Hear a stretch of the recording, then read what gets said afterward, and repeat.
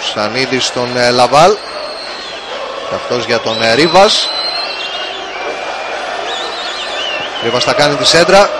Κεφαλιά από τον Ερέρα. Ένα καταπληκτικό γκολ. Ο Ηρακλής μειώνει 2-1 στο 56ο λεπτό. Και έχω την εντύπωση. Και ξανά. Αργεντίνικο τον γκολ. Η σέντρα από τον Ρίβας. Η κεφαλιά του Ερέρα εκεί στην γωνία. Ο Φερνάντες βεβαίως δεν θα μπορούσε να αντιδράσει. 2-1 ο Ηρακλής στο 56.